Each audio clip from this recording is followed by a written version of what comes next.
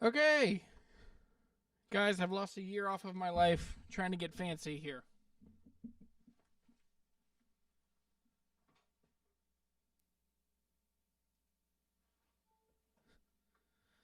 All right, I'm going to come over here and make sure we're good.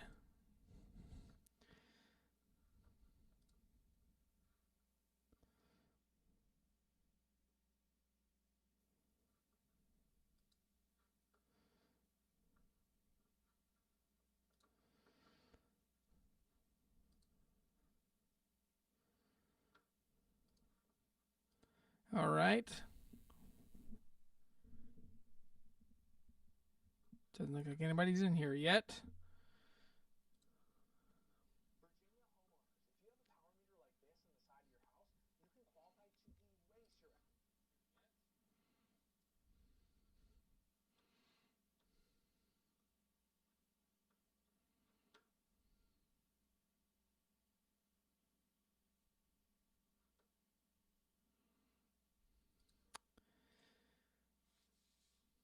All right, well, tell me when you get in here.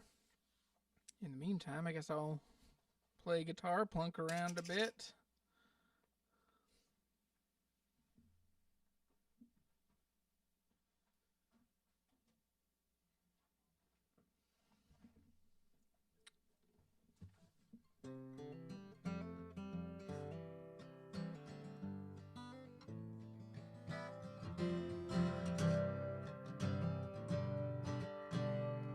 Hey, Raphael.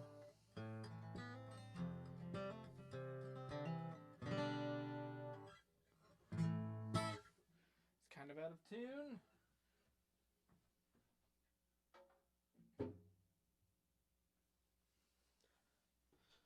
I lost a year off of my life trying to figure out how to get OBS working here a second ago.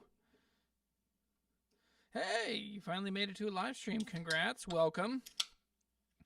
This one got stressful. I'm trying to get fancy here. I'm going to have some stuff coming from OBS. So I'm using like a software to like capture stuff and put stuff together and then send it out to YouTube rather than just going straight through YouTube. How does this sound? Is it too loud? Too crispy?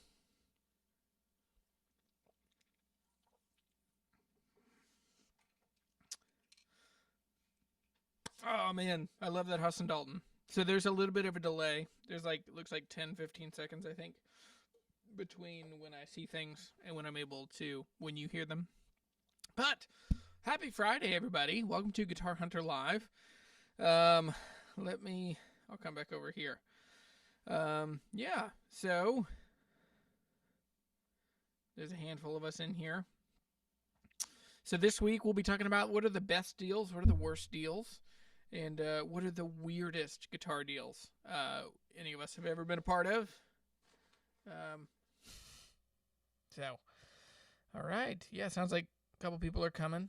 It is so freezing cold in this basement. I've been so cold for so long. I really want to do something different with where I make my videos. I love how this place looks, but it is freezing. It's like 57 degrees down here right now. I'm straddling a space heater down here just out of frame.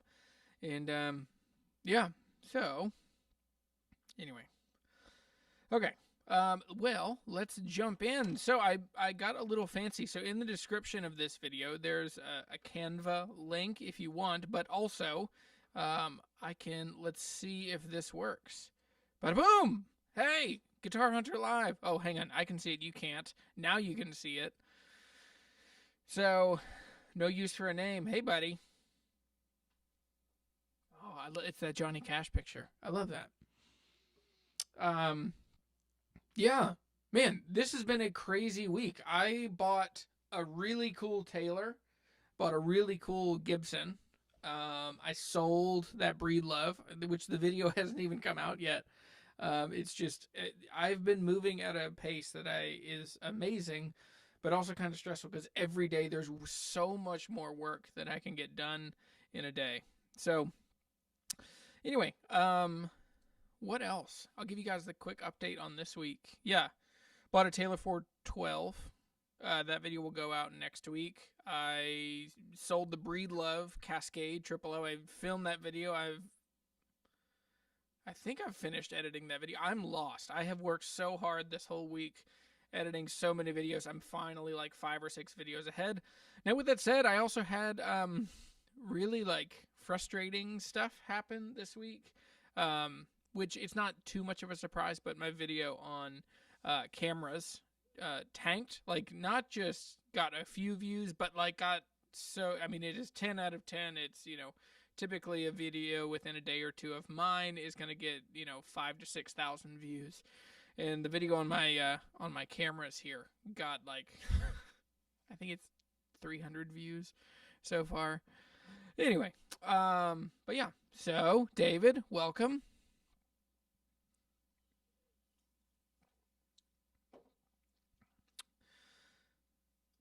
Okay, I think I've got it figured out so I can see everything going on here. So, welcome to Guitar Hunter Live. I already said that, giving kind of some announcements. If you're new here, I'm Jeremy. I buy and sell guitars. I bring people along and I teach you how to find a meaningful life through just badass, cool guitars and gear. So, a lot of that works out into really big thoughts about life and friendship, but it also always works out into very specific questions. So as you have questions, please let me know. Richie from Boston. Yeah, so as you have questions, let me know in the comments. I will keep an eye, but I can't look at them too much because I always get distracted. Also, oh, hey, why are you not focusing on me? Come on. Hang on. Don't mind me.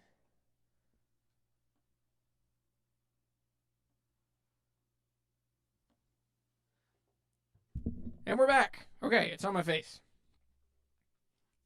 But as you have questions, you can do what Phil does, what Philip McKnight does. If you have a question for me, you can just put a question mark first. Go a little Spanish, And so let me know what questions you have first. So, okay, let's dig in. All right, so I want to first tell a story of my weirdest guitar deal I've ever had. When I asked my wife which is the weirdest deal, she knew immediately, and as soon as she told me, I remembered this just ridiculous story that happened to me a couple years ago. So, hey, Mike. So Mike says he's enjoying the reviews on the channel. Yeah, and the channel concept. Yeah, it's cool, man. It's a fun world to be in. And I think that there are guitars, and then there's what guitars do in people, and I'd much rather talk about what they do in people and in the world. So, speaking of people in the world, so in 2013, so short history of my life, I grew up in the Shenandoah Valley in Virginia. I'm from the mountains, and I've always been around here, except for there was a 6-year stretch that I lived in New Orleans. And I love New Orleans. It is such a cool town. And I'm going to scoot over just a smidge to get that. So I love New Orleans. It is one of my favorite places in the world. I love South Louisiana. There's something really similar in some weird ways. The country rural ethic kind of hung over. But there's also some like weirdness to New Orleans that I really like. So we were there. It was the summer of 2013. My wife and I, we were expecting our first baby, and it was time for me to just sell some guitars. And so I had built a like custom full spec, badass, really, really cool David Gilmour Strat, and I was selling it. And this had a custom shot. It had like a, what, the G, no, not G&L. What, a G&G. It had like a purple crushed velvet G&G case.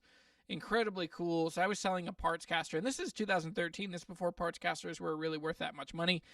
But I had just built this one. I built it for myself. I never really thought I would sell it, but I built it just the absolute best that I could before I left the Guitar and Amp Center in Virginia. And so, hey, Bryn, you live in Homa. I didn't know that. man, I like Homa a lot. I used to spend, that's not, anyway. See, if I look at the chat, I get distracted. But I'm super glad that we have that in common. So, yeah, man. So I was selling this Strat, and it was just full cool spec David Gilmour. And I'd been kind of fishing this around, putting it on Craigslist. And Craigslist in New Orleans is just different than any other place that I've spent that much time. There's just so many cool guitars all the time. And so I kept getting responses, but it was a little farther than I wanted to go. People wanted me to come, so we lived on the north side of the lake rather than living in New Orleans proper. And so people wanted me to come bring the guitar or whatever. And this is 13, so there aren't that many people that are that interested in parts casters. But this one was like logo spec. It was a replica, to the best that I could do myself, of a David Gilmour. So anyway, I had it on Craigslist forever, and this guy kept asking me questions about like, hey, can you meet? Can I come to your house? Just tell me where your address is. And so like my rules of Craigslist are, I don't go to your house, you don't come to my house, and we will meet somewhere public, and it'll be safe. And so this guy just relentlessly, he kept telling me how many shows he'd play and how he's just, I'm a household name in South Louisiana. People know who I am. And what's funny is I cannot remember his name right now to save my life. I think I wiped it out of my brain after all of the stuff that's about to unfold. So the guy just relentlessly keeps like trying to chop me down on price. I'm trying to get $900 for this thing, and he keeps telling me, well, I'll pay like $350. I was like, you're not going to get it for $350, man. Like, the case is worth $200. The pickups alone are worth $300. Like, there's just no way. So I will give you somewhat of a deal. Like, in my mind, I would come down to $700. Anyway. So this guy finally relented and just hounded me until we met at a gas station. And he kept trying to get my home address. He was like, well, just tell me where you live. I'll come by. I was like, no, we will meet at a gas station. So we met at a gas station close by to our house. We get there, and this dude has like gross, like super gross, like greasy gray hair in like really rough, scraggly looking dreadlocks. Like, I don't think he planned on having dreadlocks, but it had turned into dreads, and they were like way down his waist. He had a giant, like, ill-fitting shirt, and then he had like tiny short shorts, like 4 or 5 inches, like from top to bottom. Just ridiculous, scary, gross. And he plays the guitar, and my wife is there with me, which isn't normal, but we're standing there, and it's just like the dude got a ride with somebody as well, and the car is clearly like a hoarder car. It's just like crap is packed onto like the dash of the car. The whole back seat's full. If they bought this guitar, I don't know where they would put it in the car. So dude plays the guitar for a couple minutes, and he comes back, and he's like, all right, well, I'm gonna offer you $400. I was like, okay, man, like, that's not gonna work. Like, I'm asking $900, offer me $800. Like, and he just would not. And he finally was like, well, here's a deal. I don't know if you know about this. If you show people cash, they'll sell you a guitar. And so he pulls out a wad of, well, hang on. He reaches into his hip and starts like yanking on this gross, sweaty tube sock out of these tiny short shorts. So there's only one place this can be coming from. This is coming from his crotch. And so he fishes out. It's like a clown handkerchief. Like, it just kept coming. This gross, like, sweaty tube sock. And he pulls out like a handful of change, a bunch of singles, and then 2 $100 bills. So like all in, the cash I'm seeing is like 200 and some bucks. But this dude would not leave me alone, and was just saying like, one day you'll sell me that guitar. I was like, no way, I am out. And so, man, I ended up just like pulling the ejector cord. Like, I'm out. Can't handle this. This is gross. I'm not doing this. See you later. So I ditched that deal. And within a week or so, there was somebody that was on vacation, and they were staying in New Orleans. And then so I drove to the Hilton Riverside, right downtown. It's not technically downtown. Old New Orleanians would say. But it's in the business district right down on Canal. Good on there. Met him. He paid me $900 in cash. It was a super cool guitar. Good deal. So I'll jump into the questions here for a minute. So if I could only play one acoustic guitar for the rest of my life, what would it be? Right now, if everything stopped and I just had to keep one of the guitars that I have right now, and this is shocking and it blows my mind and I don't get it, I would keep my Waterloo WLS. That guitar is infinitely just inspiring. It stays by our bed. I play that guitar all the time. Behind that, I would keep my Huss & Dalton TDM. Those are my two acoustic guitars. My electric guitars, that's a good one. I don't know what I would pick for my electric guitar. I would pick my Rude Revelator. In the last week we talked about it. It's this white one back here, this white offset made by my friend Evan in New Orleans. Okay. Brent lived in, you've lived in Homa for 15 years. Love Homa. Cool town. I used to go down, what's the school that's down there? Not in Homa. It's in Thibodaux. Not Southeastern. But I used to go down and I was in occupational health and science. I sold high-tech gadgets, gas monitors, dust monitors, hand-arm vibration, all kinds of dangers that could hurt your body and your life. I sold those kind of. So Joshua asks, when I do guitar consulting, what does that do? So there's a handful of ways that I help people find the right guitars or help guitars find the right people. So typically there's 3 different ways. One, I work with individuals. I just work with people. We find time. We get on a Zoom call.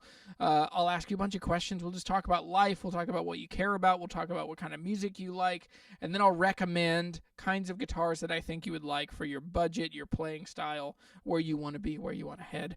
Then that usually means that I'll hand you or I'll introduce you to guitar dealers that I know that I've become friends with across the country or around the world. So that's one way. The other way is guitar shops that are struggling to get people to connect with them, or, like just guitar shops directly. So I'll help them because I have a background in marketing and sales. And so I'll help guitar shops. So if you have a guitar shop or if you know someone that just, whatever. So I help guitar shops with creating sales funnels, creating marketing pieces, talking about their brand, helping them connect and build kind of a sense of community around their shop. I help with that. And then the third way is that I do work with guitar brands. So I've worked with Fender, I've worked with Guild, I've worked with many other brands that are trying to either launch a new product or get new guitars into the hands of players. And so I do that. And that's really fun and meaningful because it really cranks up. I love marketing. Before I did this, I owned a marketing agency that I would create marketing stuff for people. Might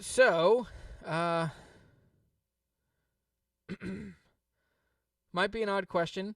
Is the cost of living outrageous in New Orleans or in Louisiana in general? We found where I live now is very polar, and like where I grew up is very polar different than South Louisiana. So South Louisiana, by and large, cost of living is not crazy. No. So it's all cost of living compared to how much you can make. So in Louisiana, I could make so much more money than I can make around here in the valley. There is a sense of entrepreneurial, high earning in Louisiana that's different than like here in the valley. That's particularly frugal. And so New Orleans overall, I can make a lot more money, but things did cost more. But I think the ratio still works out. We were able to save more money there than we are able to here. Now, it's also different. Like if you live in New Orleans proper, it is real expensive. Particularly if you live in the Garden District or if you live in really desirable neighborhoods.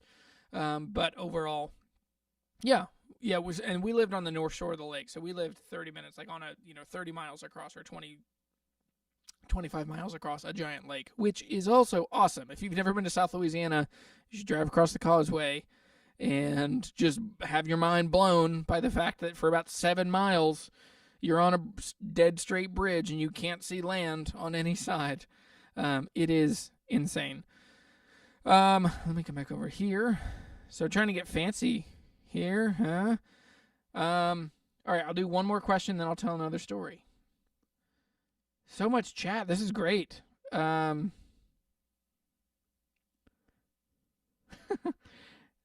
So Brian Hopkins says, where is the valley? So I'm talking about the Shenandoah Valley in Virginia. So I live in Harrisonburg, which is the widest part of the Shenandoah Valley. And, yeah. All right. What is the least amount? What is the least amount of guitar for the most amount of money? Oh, that's a really good question.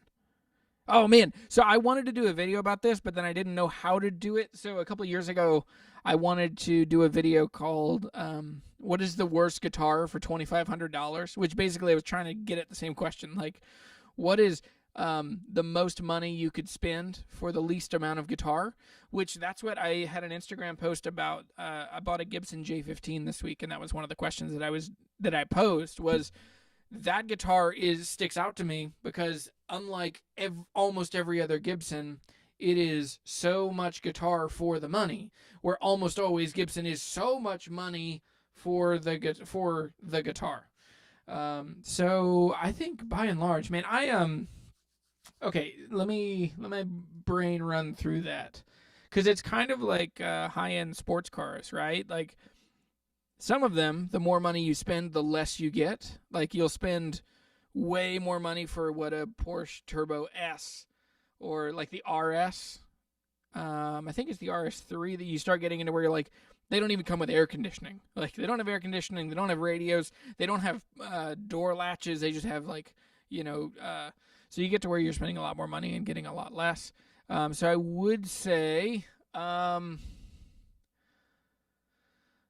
I don't know. For me, Gibson, the ratio of quality or value to how much money it costs is so high. So to me, it almost has to be a Gibson. A couple years ago, 2 years ago, I sold on consignment. I sold a custom shop. It's such a complicated long name. It was a Gibson Les Paul Custom that was a custom shop, 68 custom reissue. So, like, it was like 15 words long to describe this guitar.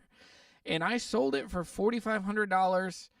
And to me, it just was like, you could get a Les Paul Classic. You could get, an early 2000s Les Paul Classic. Or you could even get a Les Paul Classic Custom, for $2,000, $2,500. That was so much more guitar. Anyway, that's a really great question. Raphael, I got a J15. It's walnut back and sides. I really like it. I just got it yesterday, so I'm going to need to play it more. I'm going to need to film some more. My first take on it, which it needs to be restrung. The strings are kind of dead. One, I really love walnut on guitars. So I really think that that's a good thing for them to do. And so Martin a couple years ago did a guitar called the OMC Clara Walnut that was not that expensive, $2,300 or so was the map pricing on it. I think that walnut, other tone woods are really both cool, inspiring, and really needed. So cherry is another great one. So like my favorite Martin for the money is the Martin SWD GT. That's cherry back and sides. My Waterloo WLS is cherry. I think it's an amazing tone wood. I think walnut is really bright and punchy. So anyway, my first take, and this is less than 24 hours. Yeah, less than 24 hours with that J15, is that it sounds a ton like a Martin, but it plays like a J45. It's a shorter scale, but it feels really punchy. It feels like a really lively D18. So I think they're great. All right. Brian saw Pearl Jam at the North Shore. How cool is that? All right. Let me come back over here and bada bing, bada boom. Here's another story. So my scariest guitar deal I ever was a part of. I bought a Larrivee OM9. This is the nicest Larrivee I've ever owned, and it's still like profoundly like Larrivee is, if we're talking about, so that question a minute ago on value, Larrivees pack so much freaking value for the money. Like, it's almost like a double. Like, whatever Larrivee costs it is as good as a guitar twice the price from Martin or other manufacturers. So this Larrivee OM9 was just incredibly well built. I found it in a trade paper around here. It was called the Valley Trader, and it was Larrivee, and Larrivee was spelled wrong. It was like Larrevee. So it was spelled wrong. There wasn't a ton of info, but it was just call this number. And so I called the number, and the guy, we worked a deal for me to pay $900 for this guitar. And it was mint condition, like minty. So this is why there are a couple rules I do on trading guitars and buying and selling guitars that I tell people all the time, because this is a scary situation that happened. So I called the guy. We worked out a deal. He was asking $1,100. I committed to $900. And I then said, well, hey, can you meet somewhere? And he's like, no, actually, I have a dog that's sick, so I can't leave the house. And I was like, okay, well, I really don't want to come to your house. He's like, well, if you want this guitar, man, sorry, like that's the deal. You got to come to the house. And so way beyond my better judgment, I kept going, and I went to his house, and this is like MapQuest days. And so I went. This is way out in Nelson County in Virginia, which is just can be sketchy in like some of the hollers and like way back up in the mountains. And so I went. I printed out MapQuest directions. I drove to this guy's house. I did not tell anybody where I was going. Like, I was in college. I just, like, I had a couple hours that I could run and buy this guitar.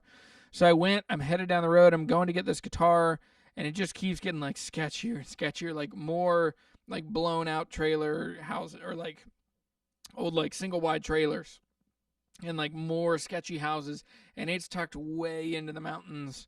And I get to this dude's house, and he comes in, and so I walk in, the guitar is on the table. So I look at the guitar, and then I like hear the door close behind me, and it kind of psychs me out. Not that the door should stay open, but something like my spidey sense started going off about this dude. And so I ended up I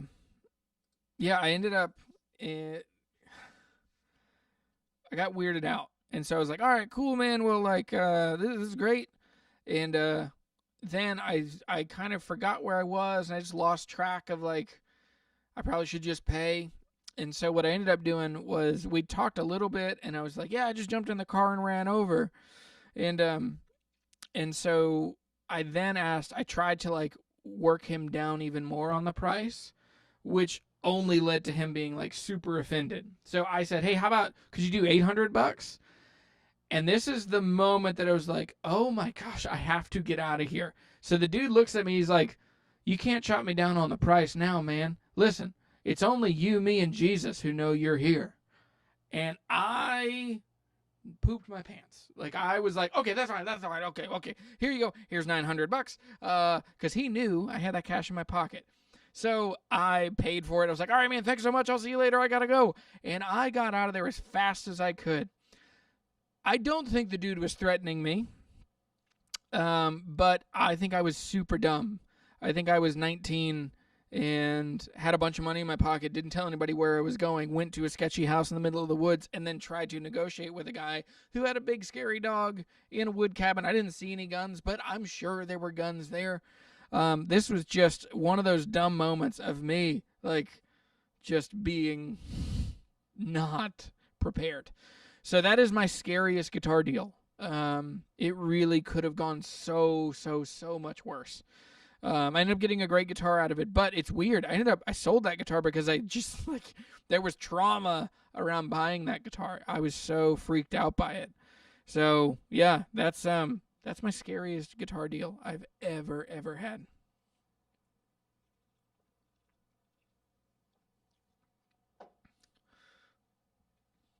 Yeah, can you imagine hearing somebody say, listen, man, only you, me, and Jesus know you're here. All right, couple questions.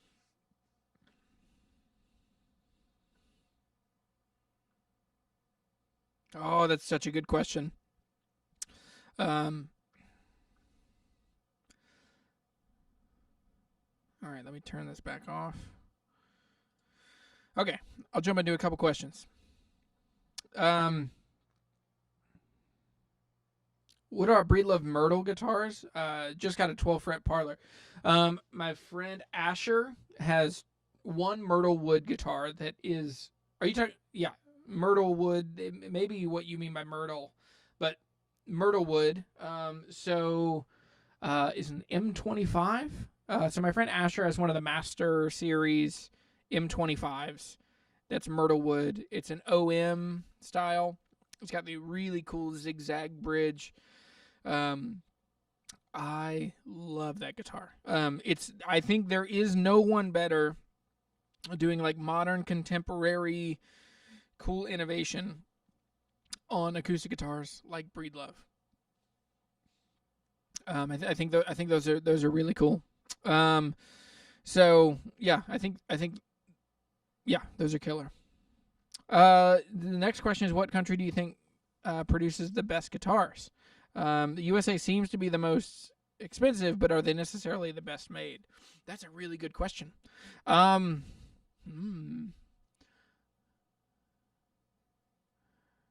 Okay. Let me just answer the question. What is the best guitar I've ever played? The best electric guitar I have ever played. Hey, this is we'll talk about Thibodeau. Was a Melanson, which is like an old Cajun guy that builds guitars out of sugar pine and then swamp cypress, or like big bald cypress. It is the absolute best Telecaster I have ever played in my life. And the way he did it is use the absolute best materials, the best hardware, and just make the absolute best guitar that he can. So, and he wound his own pickups. So yeah, that's Melanson. Looks like Melancon, Melancon, in Thibodeau, Louisiana. And then what is the best acoustic guitar I've ever played? I think probably the best acoustic guitar I've ever played is a Jim Olsen. Yeah, one of his, what does he call his? The country gentleman? Am I making that up? But yeah, it was at either that or like iconically crazy old Martins, like pre-war Martins that have played at Carter or Gruen. But so then the question is, what are other amazing guitars from around the world? Weren't some of the early Loprenzis made in Italy? I could be making that up. Does anybody know? So Loprenzi, they were two brothers. I think Agostino or Augustus. Is it? I think it's Augustus Loprenzi, and they made they may not even be Italian. They might be Spanish, but they made really great guitars. Raphael, you saw the live video with Zach. That was super fun. I love Zach. He's become a really good friend. Yeah, I'm wearing some of their merch today. Zach is so funny and so like winsome. I just, wish we could hang out more.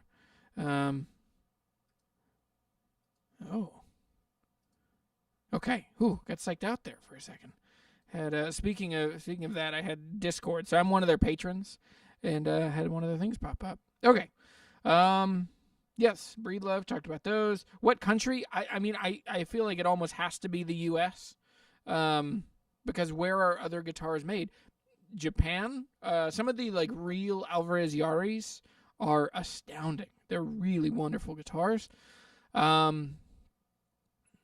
Germany, Duesenbergs, but Duesenbergs are made in Korea.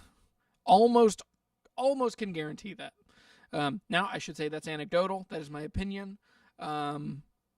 But people I know and trust in the guitar world have said that Duesenbergs are made in Korea and then they're assembled in Germany. But I like Duesenbergs. But anyway, I feel like I've tried to figure out a way to get out of saying that the U.S. Maybe Canada. You look at House guitars, you look at Goderic guitars, you look at, Wide Skies in New Mexico. Yeah. If not the U.S., Canada. But even then, yeah, Larave's made in Canada, or they used to be. I think they're in California now. All right, I'll do one more question, and then I'll tell another crazy story. Yeah, what do you guys think? Has anyone? Yeah, tell me what you think about that last story. It's one of my scarier ones. The Larrivee story.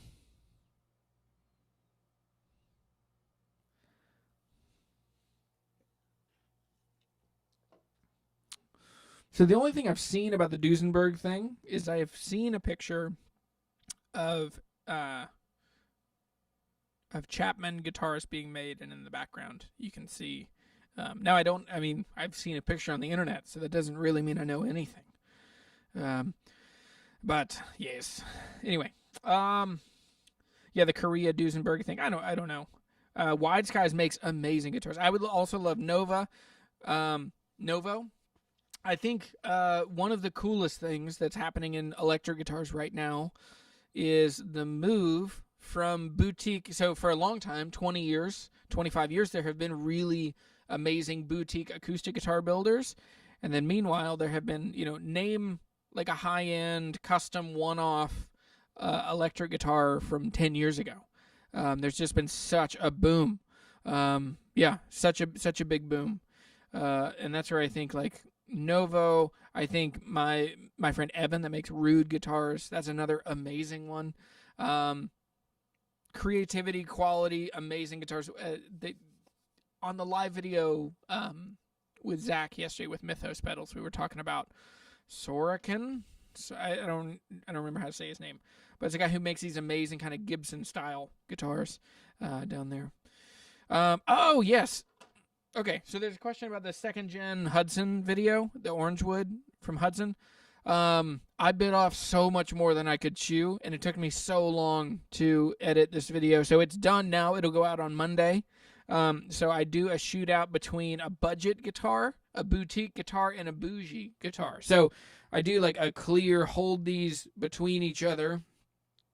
I do a shootout between the Orangewood from Hudson, my Hudson Dalton TDM, and then I hold that also against the my 70 Martin D41.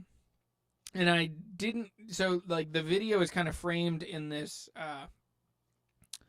so the video is framed in light of, does Torrefaction make guitar sound old? Does this Oliver sound old? Does this Orangewood sound old? But that's a really tricky topic to cover, because what does old sound like? What, and then you also look at the construction and tone woods and all those things. So I'm also an independent guitar, like I'm just a dude who likes guitars and talks to a camera in my basement. Like, we should hang on to that part of it.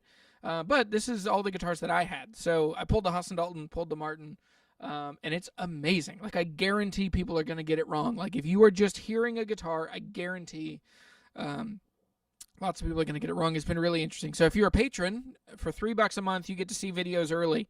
And I usually have 4 or 5 ready before everybody goes public. So, yeah. My mic is echoing for some reason. Could be the stream. I don't know. I'm trying some new software today, so sorry for the echo. One more question. I keep saying that. Money is no issue, but other than boutique guitars, what major manufacturer do you buy in acoustic guitars? Money's no issue. Other than boutique? Is that what you said? But other than boutique, what major manufacturer? I would tell you who I wouldn't buy. I won't buy Gibson. And this is not, like, I think Gibson's quality is fine. Like, I have no issue. Like, you always hear people say, like, Gibson are inconsistent. Sure. But I think, and this is what Zach and I talked about live on the show, I think Gibson lost so many guitar players respect when a couple things that they did. Well, I'll make this tidy. Gibson started suing everyone, saying basically we made guitars and we made inspiration, and if you're doing anything that's anything like us, anything like making guitars that look anything like ours, we're going to sue you, and we're big enough that we will bully you. So look at Satellite Amps. They owned the copyright for a thing, and Gibson still threw so much money and intimidation and fear at them that they had no choice but to leave. And then you look at them, they've sued Dean, they've sued everybody. So I won't buy a Gibson. But I think the other big things to keep in mind. Well, yeah. So I'll leave that there. I wouldn't buy a Gibson for a bunch of reasons. I would buy, and they're bigger than boutique. They're not quite boutique, and they're in a different price. The first one is I would buy a Waterloo. Behind that, I would buy an Iris. I think the Iris acoustic guitars, I think they are amazing. I've been trying to get one from them, but we're so typically when you see me buy new guitars for the channel, what happens is typically I'm going to buy them at either dealer price or I'm going to buy them at artist price, and then that way I get to own them for 6 months to a year. I hang out with them, I live with them. That way I get to actually, I own this guitar. I get to just say what I think about it. I don't feel beholden to the brand to say nice things, which I'm a nice guy. I am also a very optimistic guy. But anyway, so haven't been able to come to a deal with Iris guitars, but I think they're great. So that's where I would do. I will say, Ibanez had it coming. Ibanez and Takamine, they just were straight unashamed. Unashamed. On the flip side, shameful. Takamine, their Martin, where it's it is the Martin logo with the Scripty logo and established. Ibanez had it coming. So,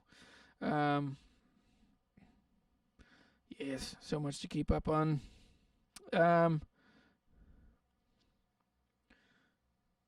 Yep.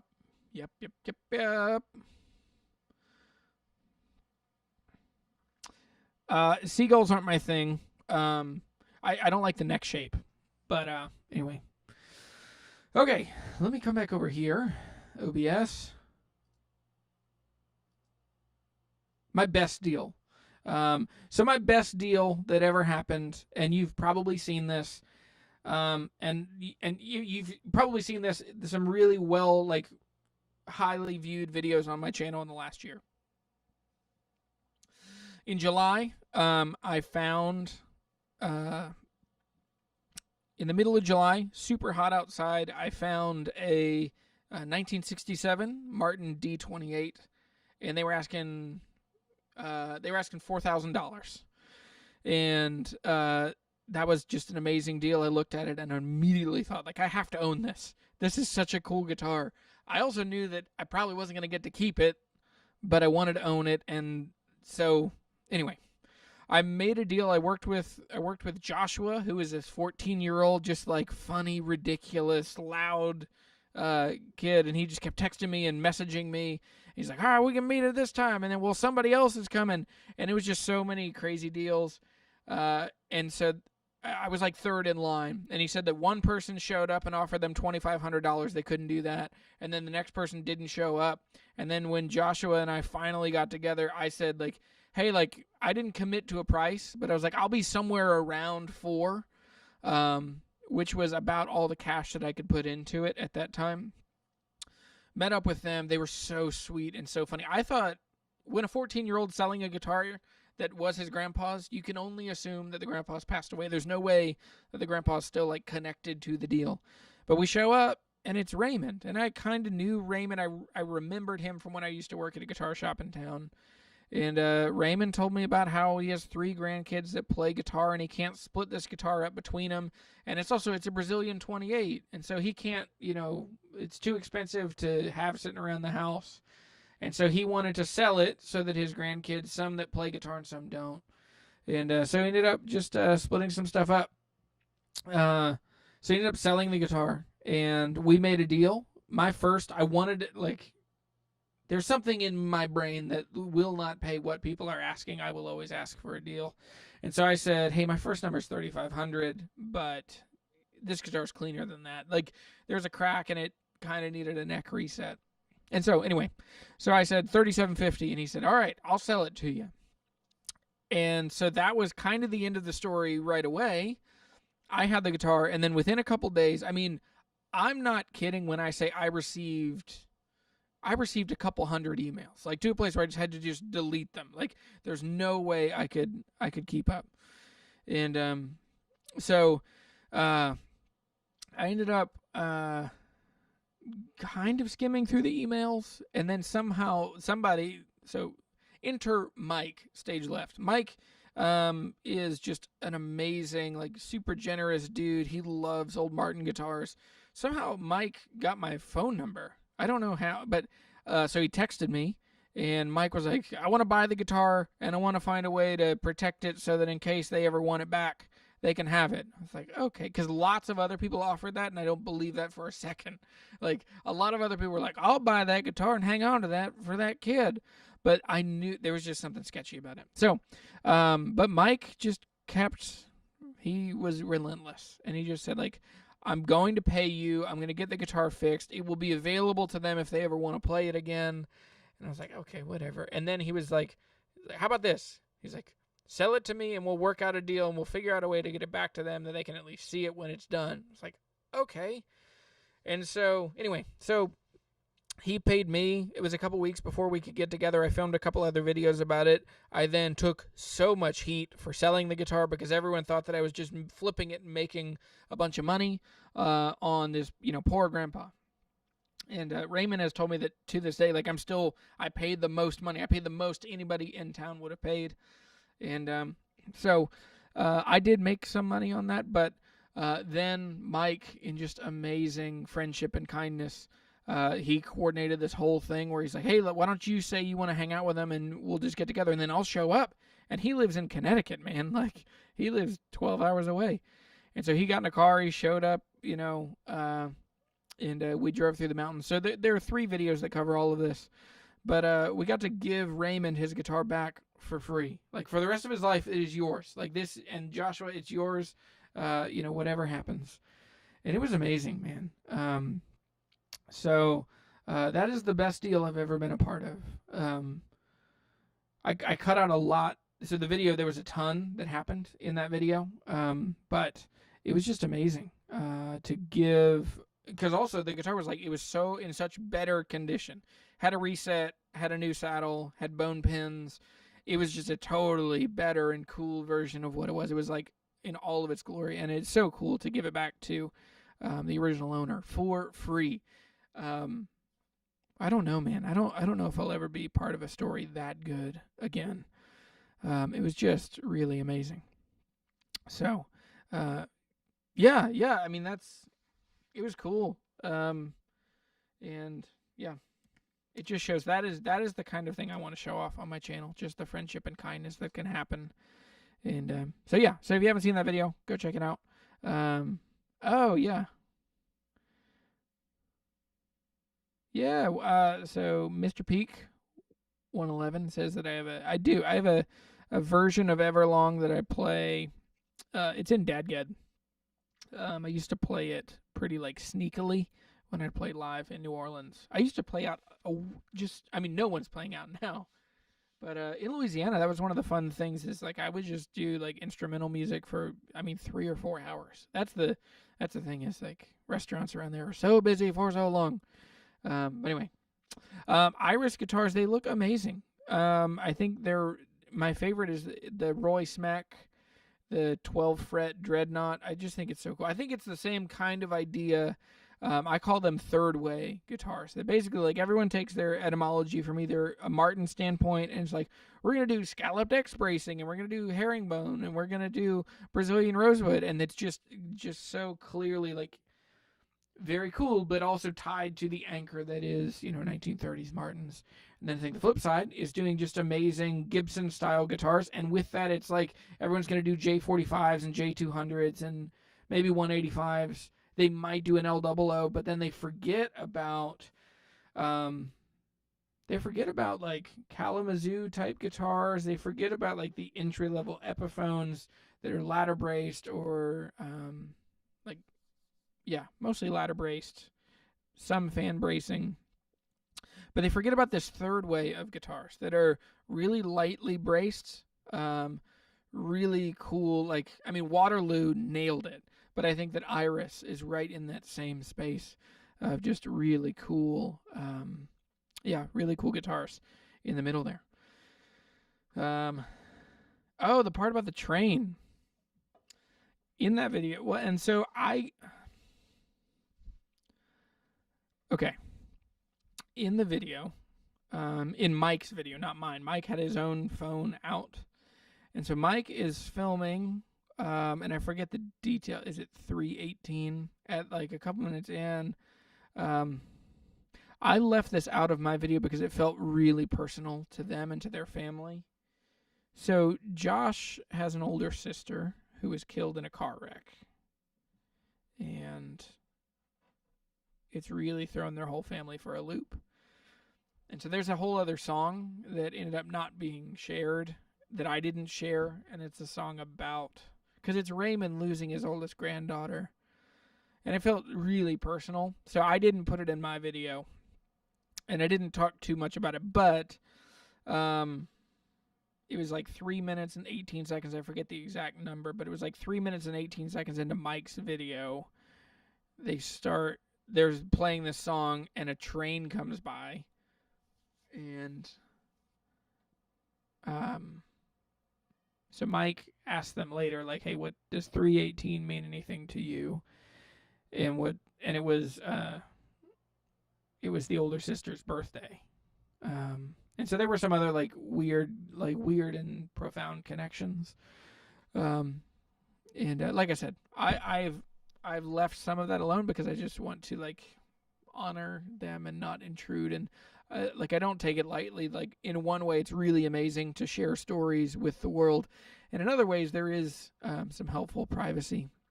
So anyway, all right. Let me come over here. Got a couple more things coming. All right. Get your eyeballs ready. Now, if you can't see this, so if you can't see this, there is a link in the description that will take you to a Canva link. So go to that and look at this. I just want you to look at this and tell me what you see. So tell me everything that you see there.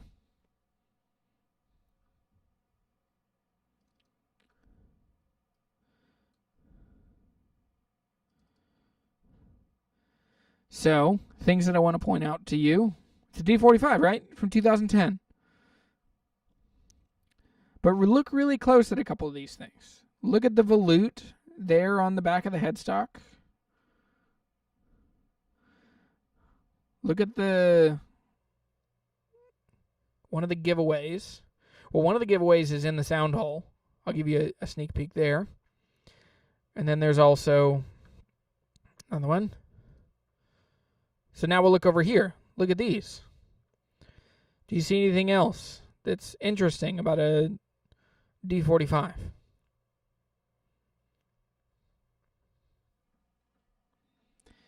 So there's a big Fishman preamp in the side here, which that's unusual, not totally unheard of, but should be an Aura, right? And then you see the logo up here on the headstock. You see the gold Grovers. Now in the sound hole, this is one of the biggest ones. Look at that Martin logo, and then look at that serial number.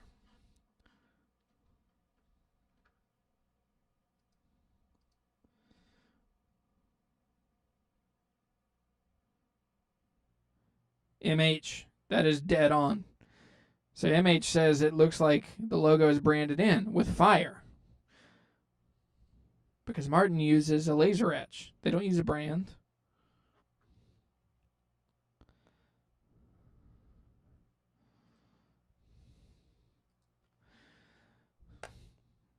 You have just seen a really convincing, but obviously fake, maybe not that obvious, a subtly fake D45. Super fake. So I'll go back through and I'll show you, hang on. Okay, so I'll run through these real quick. So, first one, this strap button is the super fakest of fake, but any strap button could be on because it probably didn't come from Martin. The other thing is the volute, the contour of that volute is wrong. They're not that long. That one looks like it's 1 1/4 inch, 1.5 inches. The other one, look on the inside. This is, the pepperoni guard is totally wrong. Inside the sound hole, look at that. Inside the sound hole is mahogany on the inside of the guitar, but it's rosewood on the back. So it's a laminate back and sides. Now coming over here, this laser etch, it should be laser etched. This is branded. It's burned. The inside of the neck block should not be burned. The other thing is this brace up top. This has is that a Spanish heel? The neck block is very, very different than how Martin does their neck blocks. It's also too glossy. There are a bunch of things once you start getting into it. The biggest one for me is that the text on that serial number is just completely wrong for what it should be. So yeah, so somebody sent me this last night. Jim sent me this, and dude, so this is currently for sale in Maryland. And I didn't put that in there. I should have put it in there. So he sent it to me. So the story is that it's a girl that's in college and her dad has passed away, and he bought this guitar from someone on Craigslist a few years ago, and he spent a bunch of money on it, and she's trying to sell it after he's passed away. So I sent a message saying, like, I'm very sorry. And I meant to put this in the presentation, but I forgot. But it basically said, like, I'm very sorry. I hate to be I'm very sorry for your loss. I lost a parent when I was young. It's really hard. And if there's anything I can do to help, I would love to help. I have a YouTube channel. I've cared about Martin guitars for a long time. I teach people how to buy and sell. And I hate to be the bearer of bad news, but I believe that you have, and I didn't use the word fake. I said, I believe that this is a replica or a counterfeit. And I said, now here are 7 reasons why. And I didn't even mention all of them, but I basically ran through the rosette is wrong. It should have another ring of abalone. Shouldn't just be one. The bridge is rosewood. It's not ebony. I was like, there is a D45 would never, ever, ever, ever have a rosewood bridge. It would always be ebony. This is their premier. This is the top of the line. So I just ran through it. I ran through the neck block is wrong. The script is wrong. The brand should be laser etched. The volute is wrong. And the pickup, I mean, that is... So what the D45E had the aura, but even then it would have, like, on the neck block, it would say D45 electric. No one's going to modify, or like, it would be so improbable for someone to modify a D45 to put in a preamp that would be for a Fishman Infinity system that you could have in the same guitar as a Korean-made, a Korean or Indonesian-made acoustic guitar. So all signs point to, all signs point to this being wrong. So she did message me back. I've dealt with this before. I've seen people with guitars and then they kind of do stuff, and all of a sudden it comes out as they just never get back to you, and then it's just clearly a scam and they've been made. But taking, Josh Scott is really good about kind of reaching out saying, hey, this isn't actually a replica. This actually isn't silicone. He's just really, really good at that. So I kind of took his vibe and just came in as like super empathetic and then kind of like say the truth with some authority. And so, so she responded back saying she's taking it to Guitar Center to get checked out, but she has no reason to think it's not legit. And I said, okay, well, let me know if I can help. So I just continued to be helpful. I think in the end,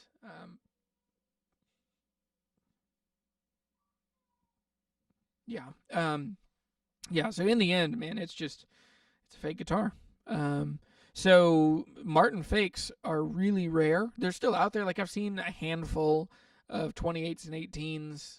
Usually they're just like big gaudy ones. And what is probably happening, because they're bolt-on necks, what is probably happening is that these guitars get the wrong necks, or they leave Indonesia, they leave Korea as one guitar, and then when they get over here, necks get swapped, headstocks get swapped, and they get put. That probably is why it's an ebony fingerboard, but a rosewood bridge. Is probably that they swap the neck. So anyway, it's interesting. They are out there. You can find some Bobo scary ones. Oh boy. So I'll run through a couple Q's and A's. Oh, hang on. I have to resize this over here. Thank you for bearing with me. This is my first time running through this software. So let me jump over here onto my questions. I have them here and I can read it. So this is on Facebook, this is on YouTube.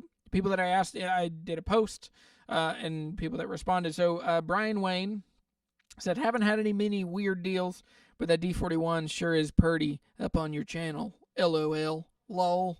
I totally agree. I love it. It's right over here. It's a beautiful guitar.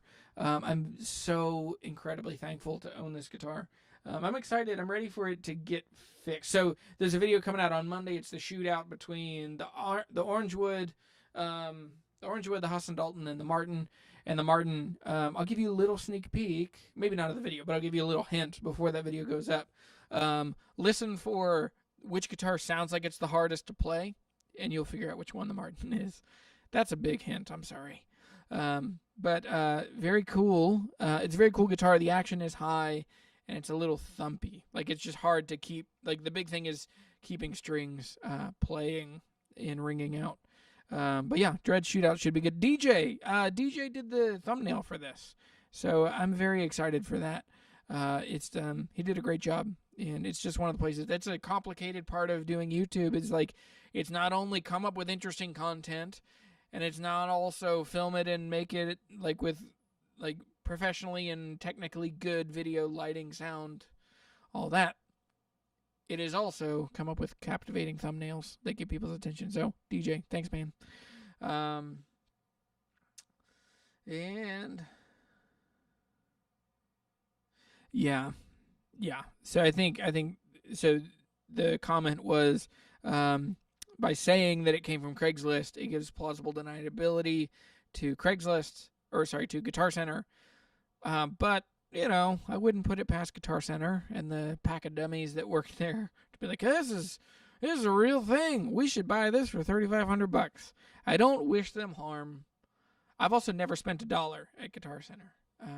It always feels like that Ron Swanson moment, and I say this cautiously, because I'm no guitar hero or wizard of knowledge, but it's just funny when I walk into Guitar Center, I always feel like, out of my way, I know more than you. All right, what's the next question? Derek Smythe, this is such a good one. Is it Smythe? Smith. He's in the UK. I'm assuming it's Smythe, and it's with a Y. So, Derek Smythe or Smith. Smythe. He said the last run, so this is his story. So he had a last run of a special edition from Taylor. It was a 410ER.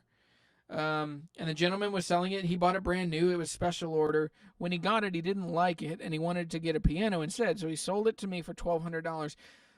And this is what he found out.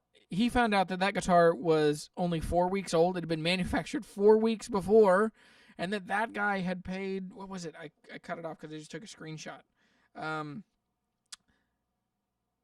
Okay, here it is. So he said, turns out it was made 4 weeks earlier, and a few months later at a guitar show in Australia, he got to speaking to the Taylor rep from the U.S., who was the one who processed that order. And the rep said that the guitar was a special appointments and cost 4 times what he paid. So it cost, $4,600 or $4,800. And I totally believe that. One quick comment on Taylor's. Their ethos and their philosophy of how they build guitars they do tons of limited editions and special models. And so with that, it is it's really tricky to really know what guitars are worth. One of the biggest profit margins I ever made on a guitar was, like percentage-wise, was a Taylor 355. It was a limited edition. It was an L7, I think they called it. But it was basically like a 355 12-string with African blackwood back and sides. I ended up selling it to Sam Ash, a store, because Mr. Sam Ash himself owned 4 of the other 5. They made 5 models with African blackwood. All that to say, it's really tricky to really find values, because you'll find like, well, I know what a 355 sells for, but this one is a 355 with blackwood and an oven call fingerboard, and, you know, all these things. So anyway,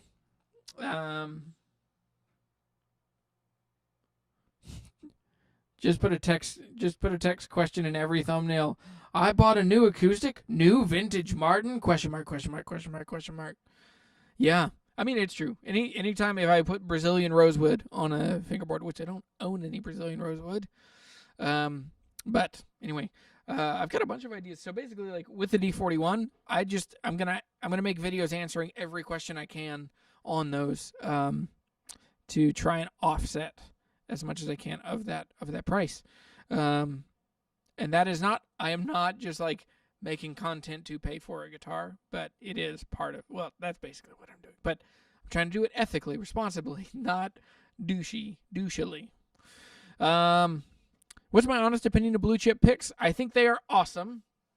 I think that it is a terrible day when you lose them. I've lost one, and I'm still not over my $35 that I threw away. So I play the Primetone from Dunlop. These are like $1 or so a piece. These sound as close to a blue chip as I can. They're in the description below. It's an affiliate link, I think, to Sweetwater. I love these. I think that these sound as close. Like, I can't really tell the difference between this and a blue chip. But a blue chip is 35 times or like 30 couple times the price. So anyway. DJ wants to get a D28 in the future. What is a practical guitar to buy? What is practical to buy? Brand new or used? Buy used. If you have a good shop around you. Now, there are a couple caveats. You should buy used guitars almost always, because whoever buys first loses the most. I was hot on it for a while of like tracking which guitars depreciated the most. That's still a video I want to do, is what's the most depreciated guitar I can find. But anyway, I would buy used, especially, and if you're looking for a D8 or if you're looking for a D28-ish guitar, I would look for a Larrivee. Those are amazing, like a D03R. Those are up there. They're great. Orange Woods are great in the meantime. They don't have any that are rosewood back and sides, I don't think. But the Hudson Torrified is a monster. Hey, Dominic. Yes, same thing goes for guitars. Whoever buys, don't buy a new car. That's so dumb to buy a new car. There's a great study of 10,000 millionaires. Dave Ramsey did this. 10,000 millionaires. How do they get a million? Like, what's the average car they drive? The average millionaire in the U.S. drives a 5-year-old car with 60,000 miles. And so it's like they don't buy new cars. They buy used cars a couple of years old. Same thing with guitars. And that's where, for me, like, the big thing is, like, I don't ever make enough money to buy new guitars. I can't. I would never spend $2,800 for a new D28, because I would spend $2,899 on, like, you might find an authentic for that price, or you might find a golden era for that price. So anyway, is there any affordable Brazilian Martin? No, not anymore. I've had the chance to own 2 Brazilian Martins in the last 5 years. One of them, the guy turned me down when I offered $4,500. It's actually my first YouTube video. I tried to buy. In the video, I say I bought it. I didn't actually buy it. I needed it. Anyway. I don't think there's any Brazilian. Now, there are other parlor Brazilian guitars that you can get for amazing prices.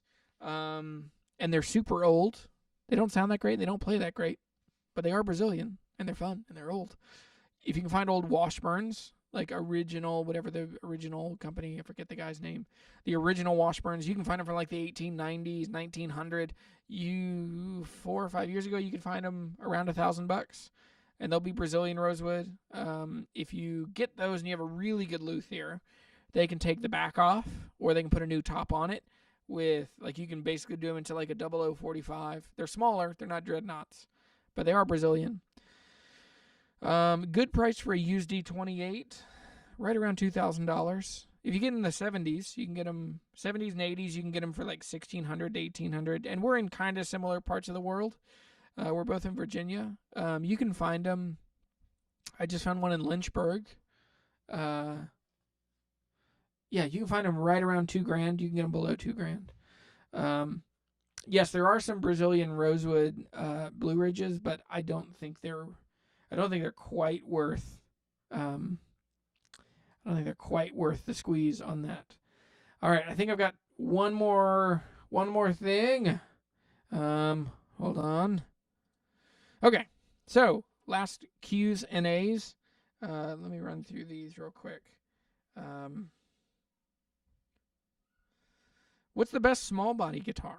I'll answer this 3 different ways real quick.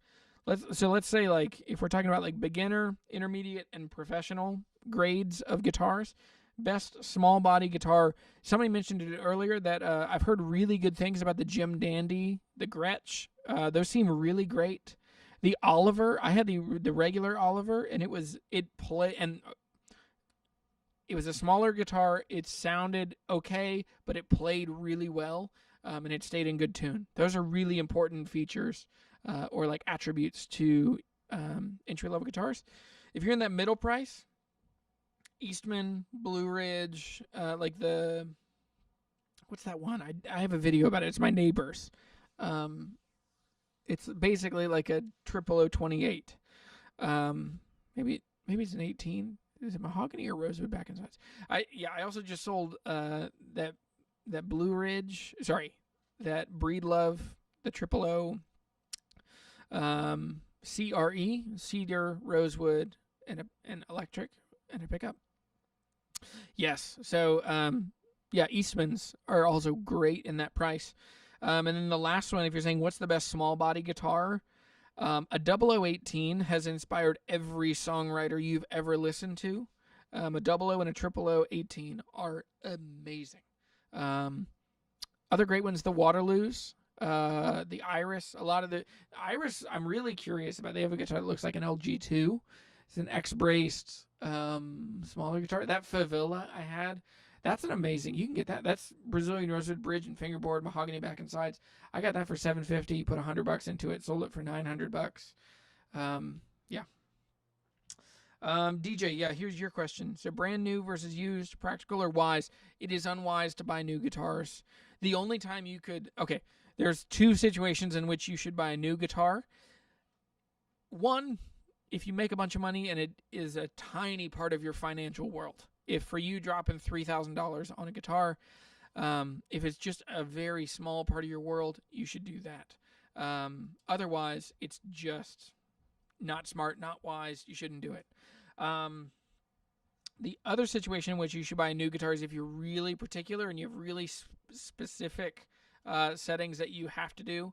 So if you have really particular specs that only happen on a custom guitar, but I think you need to really be careful with that, because more often than not, you will spend way too much money because you're really particular and you're like, I want the figuring on that one guitar, in the fingerboard of that one guitar, or you will pay, like right now, all of the PRSs that people are spending stupid money on just because of the finish. It's kind of a gimmick. So anyway, I'd be really careful with that. So those are the 2 situations. And then the last question, I say that. How are the Asian Breedloves versus the original? The originals blow them out of water. They're entirely, totally different guitars. But for Breedlove has done a thing that Epiphone hasn't been able to do, and lots of other companies like Sigma has not been able to do. They've been able to work out really good design. Orangewood has done this too. You have really good design R&D on the front end that work really well with manufacturers in Korea or in Indonesia or China, wherever you're building the guitar, and then you set them up in the States. Thorough design, construction across in the U.S., construction in Asia, and then when the guitars come back, you set them up. You make sure they play really well. That seems to be the best Yeah, that seems to be the best. Waterloo guitars are astounding. I cannot sing high enough praises of. I have a WLS.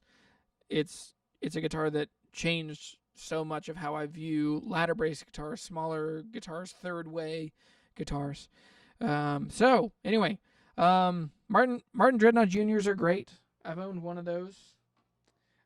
Sold it to a guy who I'm pretty sure broke it on purpose. It showed up and it got smashed, and it had a strangely foot-looking break in the back of the guitar. But anyway, guys, this has been, and gals, this has been so fun. Really good time hanging out. If you want to support the channel, one of the best ways you can do that is become a patron. All these videos, there's so many videos that they live, and I only put out 2 a week, and I have to kind of ration out and make sure they go. So become a patron. You get to see videos earlier. $3 a month. You get Q&As with me. I'm going to start doing some live events. I'm getting to where I have enough patrons now that we can schedule good live events and get more Q&A, more time just hanging out. For $10 a month, you get early access. You'll get some other stuff. You'll get occasional merch drops. And then my Ride or Die patrons. I picked up a 4th Ride or Die patron today. Something Dill. His last name is Dill. Tom Dill. Tom Bombadil. That's how I remembered it. So Tom, Andy, Adam, and Gary, thank you so much for your support. It really means a ton. So this has been so good. So thanks for hanging out. It's really great. There are more questions that I can answer. Like, have I played the new Epiphone imports? I haven't. I really want to. The world is still weird. I would love to get them in my hands. But anyway, it's so good to see you. Have fun. Go fill the world with music and friendship. Go to Jeremy the Guitar Hunter.